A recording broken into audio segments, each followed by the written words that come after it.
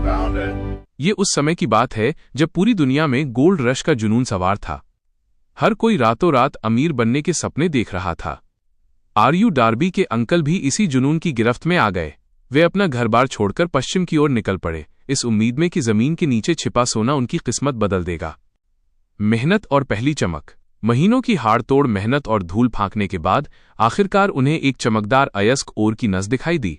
उनकी आंखों में चमक आ गई, लेकिन उस सोने को बाहर निकालने के लिए बड़ी मशीनों की जरूरत थी। वे चुपचाप अपने गांव लौटे और अपने रिश्तेदारों और पड़ोसियों को अपनी सफलता की कहानी सुनाई। लोगों ने उन पर भरोसा किया और अपनी जमा पूंजी उन्हें मशीनें खरीदने के लिए दे दी। डार्बी और उनके अंकल वापस खदान पर पहुंचे। काम शुरू हुआ और पहली खेप से जो सोना निकला उसने साबित कर दिया कि वे कोलोराडो की सबसे अमीर खदान के मालिक बनने वाले हैं। उम्मीदों का टूटना। जैसे जैसे खुदाई आगे बढ़ी उनकी उम्मीदें आसमान छूने लगीं। लेकिन तभी कुदरत ने करवट बदली। अचानक सोने की वो नस गायब हो गई। उन्होंने पागलों की तरह यहां वहां खुदाई की, दिन रात एक कर दिए, लेकिन सोना कहीं नहीं मिला। अंततः वे बुरी तरह टूट गए। उन्होंने हार मान ली और सोचा कि शायद उनकी किस्मत में यहीं तक का सफर था।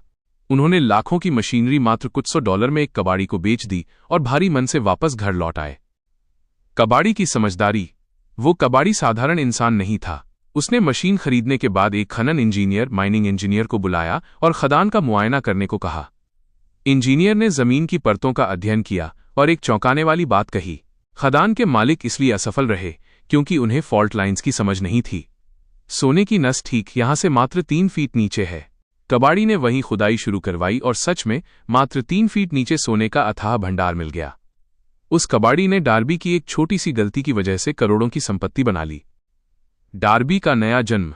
जब डार्बी को ये बात पता चली तो उन्हें गहरा धक्का लगा। उन्होंने न केवल सोना खोया था बल्कि अपनों का कर्ज भी उन पर लदा था। लेकिन डार्बी ने इस हार को अपनी मौत नहीं बल्कि अपनी सबसे बड़ी सीख बना लिया। उन्होंने खुद से वादा किया, मैं सोने की खदान से मात्र 3 फीट की दूरी पर रुक गया था, लेकिन अब जीवन की खदान में मैं कभी नहीं रुकूंगा। वे एक बीमा एजेंट बने। जब भी कोई ग्राहक उन्हें बीमा लेने से मना करता तो उन्हें वो 3 फीट वाली घटना याद आ जाती। वे हार नहीं मानते थे और तब तक प्रयास करते थे जब तक सफलता न मिल जाए। नतीजा ये हुआ कि वे अपने समय के सबसे सफल बीमा एजेंट बने और अपने अंकल का सारा कर्ज चुकाने के बाद असीम दौलत के मालिक बने। कहानी की सीख। सफलता का सबसे बड़ा दुश्मन है अस्थायी असफलता पर हार मान लेना। अधिकांश लोग तब मैदान छोड़ देते हैं जब वे जीत के सबसे करीब होते हैं। याद रखिएगा, जब आपको लगे कि सब कुछ खत्म हो गया है, तब शायद आप अपनी मंजिल से मात्र 3 फीट की दूरी पर हों।